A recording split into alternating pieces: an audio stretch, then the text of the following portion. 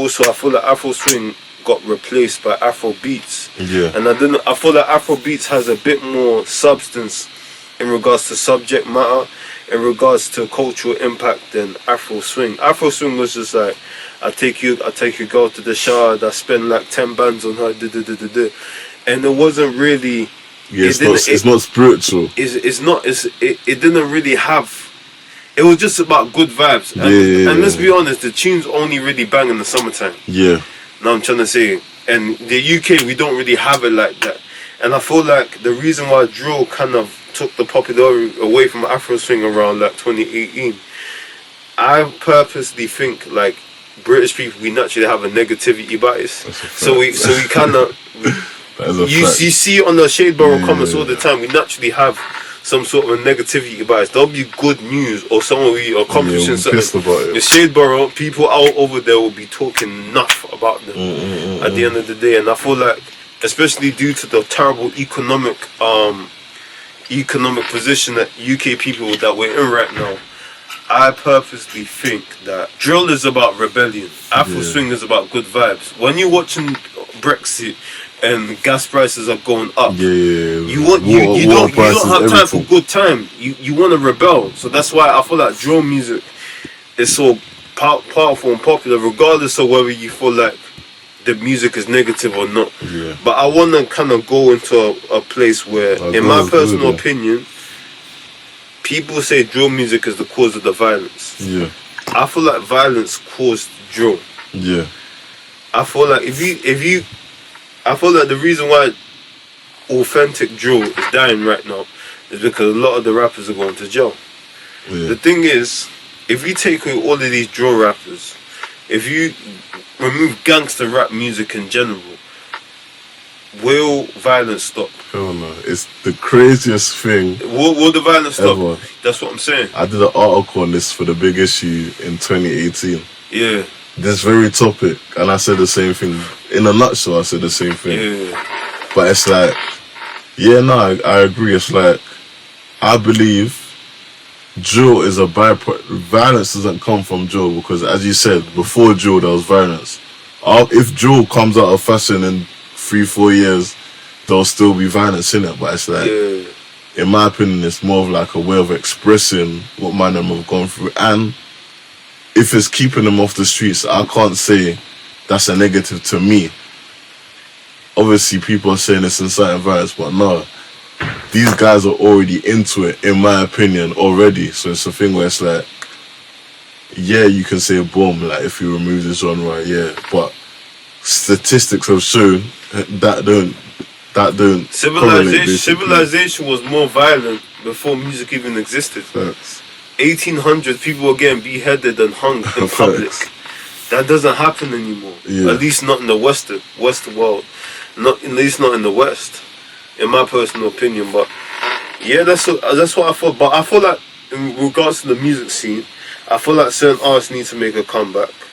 I feel like part of the reason why Afro swing kind of died is because J Hus keeps taking mad hiatuses from music. But he's one of the greatest artists out of. For me, I got my top 3 in the UK. No, I'm trying to say, who's your top 3 in the UK? I'll say from 2010 to 2020, it's definitely, obviously, Skep is number 1. Yeah, Skep. I gotta go with Hus. Yeah. And I gotta go with Dave as well. Skep, Hus and Dave. You know what? I think we're on the same page on that. You know? Yeah. I can't really dispute that, but I would replace Hus with Heady because Heady's been more. Heady's up there definitely. If I was Heady's been more consistent. If I was to go with a top 5 or around Mount Rushmore, Heady's my favorite drill artist, so I definitely will put him because he's very. His flow is so incredible. Yeah, I think I see him as the Biggie of UK rap. Obviously, so you're Ghanaian. Yeah, he's Ghanaian as well. So do you think there's something?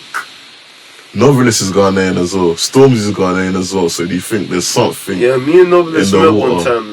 That's my guy, isn't it? Yeah, obviously he's from Lewisham as well. That's my guy. I feel like Ghanaians What do you think it is in the water? I don't know, man. I think because we're so naturally some of the top artists are Ghanaian. Well, 3 of the top 10 artists you can see. You know what? Yeah, I feel like Ghanaians. Hard work and ethic as well, definitely.